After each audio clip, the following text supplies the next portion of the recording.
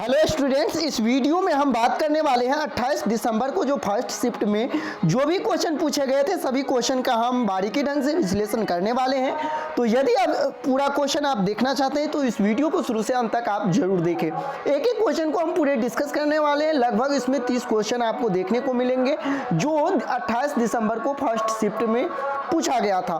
तो सबसे पहले आपको जानकारी के लिए बता दें, रेगिस्तानी ओक के बारे में भी ईवीएस में पूछा गया था, वही उल्लू के बारे में पुनः आज पूछा गया था। यदि हम बात करें पठन कौशल से, तो पठन कौशल से रिलेटेड जो है ये क्वेश्चन संस्कृत में पूछा गया था। जिस तरह से आप देखे भी होंगे, मेरे स्टूडेंट भी बताया था कि पठन कौशल से रिलेटेड पूछा गया था। तो आपको भी पता है पठन कौशल से रिलेटेड जब भी क्वेश्चन आते हैं तो उसका जो उत्तर होता है वो अर्थ बोधनस्य से रिलेटेड ही होगा, और ऐसा ही ऑप्शन आपको देखने को भी मिला होगा। उसके बाद जो है रेलगाड़ी से संबंधित क्वेश्चन आया था, और रेलगाड़ी तो ऐसा टॉपिक है जिससे रिलेटेड पर डे जो है क्वेश्चन निकल के सामने आ रही है। उसके बाद जो है वो पूछा गया था तमिलनाडु का निकटवर्ती राज्य कौन है। तो देखिए यह एक ऐसा टॉपिक है जो निकटवर्ती राज्य, जो मैं अपने स्टूडेंट को प्रत्येक दिन कहीं ना कहीं इस पर जो है डिस्कस करवाते थे, जिससे कि उनका कंसेप्ट क्लियर हो सके और आप भी जान सके। तो यदि अभी तक आप मैप को लेकर, यदि राज्य विशेष को लेकर अभी तक नहीं पढ़े तो इसको जरूर आप कवर कर लें, जिससे कि आपको इस तरह के क्वेश्चन यदि देखने को मिलेगा तो आप निश्चित तौर पे हल कर लेंगे। हिंदी में उपसर्ग और प्रत्यय से रिलेटेड भी क्वेश्चन पूछा गया था। वही आपको पता है क्या क्वेश्चन जो है बार बार वही रिपीट किया जा रहा है। देखिए पूछा था कौन ऐसा पक्षी है जो झटके के अपने गर्दन पीछे की ओर घुमाता है, और ये प्रीवियस ईयर में पूछा गया क्वेश्चन भी है, और आपको पता है इसका आंसर जो हो जाएगा वो आपका क्या होगा, मैना होगा। इसके बाद जो क्वेश्चन था वो आपका क्या, लद्दाख के घर के बारे में, लद्दाख का घर कैसा होता है, तो ये क्वेश्चन भी पूछा गया था। ठीक है, इसके बाद जो क्वेश्चन आया था वो जीन पियाजे से रिलेटेड क्वेश्चन था, और ये क्वेश्चन जो है आपको सीडीपी में देखने को मिला था। इसके बाद जो क्वेश्चन आया था वो ये था कि दिशा से संबंधित प्रश्न, और देखिए दिशा से रिलेटेड जो क्वेश्चन है वो पर डे पूछे जा रहे हैं। तो यदि अभी तक दिशा के बारे में आप लोग का कंसेप्ट क्लियर नहीं है तो इसे आप जरूर देख लें।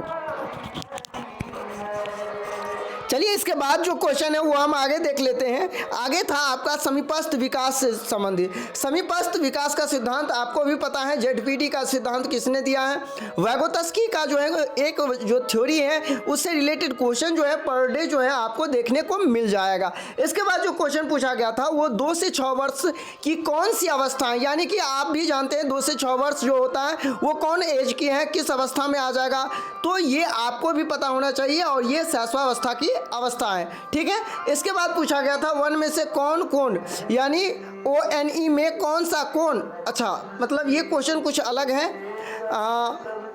कौन सी कौन बनेगा, यानी कि कौन से रिलेटेड क्वेश्चन आया था जो इसमें क्वेश्चन दे दिया गया था और पूछा गया था कौन सा कौन बनेगा। ठीक है, कुछ इस प्रकार से क्वेश्चन है। चलिए इसके बाद मैथ में जो क्वेश्चन पूछा गया था, एक आयत की लंबाई दिया गया था, चौड़ाई भी दिया गया था, और एक कोण से 1 सेंटीमीटर का वर्ग काट लिया जाए तो पहले का आयत का अनुपात और बाद के आयत का अनुपात क्या है। तो चलिए इसको सॉल्यूशन करके आप लोग कमेंट करके बताइए कि इसका जो आंसर होगा वो कितना हो जाएगा। ठीक है, चलिए हम बढ़ते हैं। और भी क्वेश्चन जो अभी तक जितना क्वेश्चन आया है स्टूडेंट के द्वारा, कहीं ना कहीं क्वेश्चन का जो लेवल है वो बहुत ही आसान है। आप देख सकते हैं संख्या से रिलेटेड भी क्वेश्चन आया था।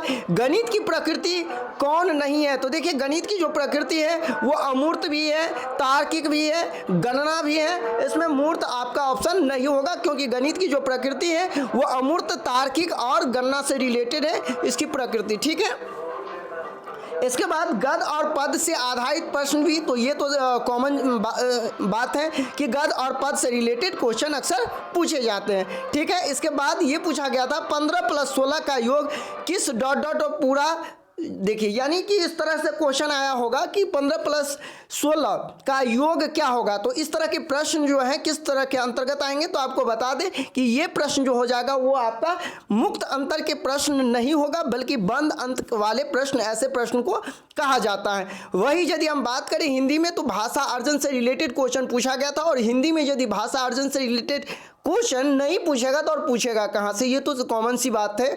इसके बाद पर्यावरण में थीम से रिलेटेड आज भी क्वेश्चन पूछे गए थे, और थीम तो आपको पता ही है, एक ऐसा टॉपिक है पर्यावरण का जिससे उस पर ही पूरे का पूरे ईवीएस आधारित है, तो थीम से रिलेटेड क्वेश्चन तो पूछना लाजमी है। लेकिन देखिए वही वाली बात हो गया फिर मधुमक्खी पालन की, जो बार बार कभी अभी तक यदि बात करें तो कम से कम 10 बार ये क्वेश्चन जो है पूछा गया है मधुमक्खी पालन से।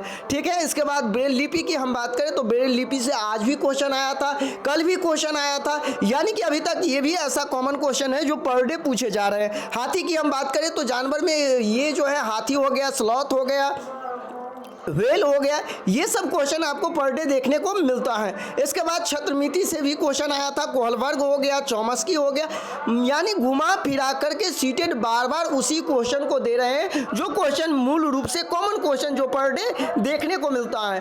पहले भी हम बता चुके थे आप सभी को जिस टाइम में एग्जाम होना प्रारंभ हुआ था, क्योंकि इस बार जो एग्जाम हो रहा है वो विभिन्न शिफ्टों में हो रहा है, अलग अलग शिफ्ट में एग्जाम हो रहा है, ऐसे में कॉमन क्वेश्चन आना लाजमी है। और ये पहले से भी जितने भी टीचर हैं सभी के द्वारा ये कहा जा रहा था, ऐसा नहीं मेरे ही द्वारा, कि इस बार जो आपका चूंकि सीटेट का सिलेबस जो होता है वो सीमित होता है, ऐसा नहीं है जो कोई अन्य एग्जाम की तरह जो इनका सिलेबस जो है व्यापक है, चूंकि ये अपना सिलेबस जो है सीमित दे रखा है और उसी से रिलेटेड क्वेश्चन, ऐसा नहीं हो सकता है कि कोहलबर्ग, वैगोत्स्की और पियाजे को छोड़ करके और अगले शिफ्ट में जो है कोई और मनोवैज्ञानिक के नाम पूछ लिए जाएंगे, ऐसा कभी भी संभव ही नहीं है और होगा भी नहीं। तो आगे जिनका एग्जाम है वो लोग भी इतना समझ ले कि आपको जीन, पियाजे, Vygotsky, Kohlberg, Chomsky, Skinner, Harvard, Gardner, इन्हीं सब से रिलेटेड आपको क्वेश्चन देखने को मिल सकता है। आप लोग जो है इजुल पिजुल चीज़ों को पढ़ना बिल्कुल छोड़ दें। हाँ, रही बात जो कुछ कुछ ऐसे चीज़ जैसे कि NEP 2020 की हम बात करें तो अभी तक जो भी स्टूडेंट बताए हैं उनके अकॉर्डिंग NEP 2020 से रिलेटेड आज के जो क्वेश्चन है उसमें नहीं पूछा गया था, लेकिन आने वाले समय जो भी कल होगा एग्जाम, फिर आगे एग्जाम है, उन सब में आपको जरूर जो है क्वेश्चन देखने को मिलेगा NEP 2020 से रिलेटेड। NCF 2005 से भी क्वेश्चन आज नहीं आए थे EVS में। NCF 2005 की यदि बात करें तो कहीं ना कहीं आने वाले एग्जाम जो होंगे आपको उसमें NEP 2020 तो पूछेगा ही, 2005 जो है NCF 2005 पूछेगा ही, तो इन सब चीज़ को आप लोग जरूर कवर कर लेंगे।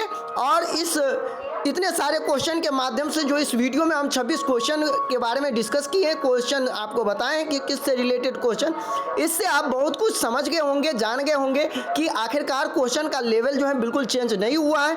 ये बात अलग है कि 27 दिसंबर के जो EVS का क्वेश्चन था, जिस तरह से स्टूडेंट बोल रहे हैं कि NCERT बेस पे नहीं था, तो इसके लिए आपको भी जो 27 को एग्जाम दिए उनको घबराने की कोई ज़रूरत नहीं है, क्योंकि सीटेट ने पहले ही इस बात का जिक्र कर दिया गया है कि यदि सिमिलर क्वेश्चन नहीं देखने को मिलेगा तो नॉर्मलाइजेशन करना जरूरी हो जाएगा। तो ऐसे में किसी को भी घबराने की ज़रूरत नहीं है, चाहे जिनका एग्जाम हो चुका है या फिर होने वाला है। आप सब जो है अपने सिलेबस के आधार पर अपनी तैयारी को पूरी करें, निश्चित तौर पर आप सफल होंगे। मिलते हैं नेक्स्ट वीडियो में इसी तरह नई नई जानकारी लेकर के।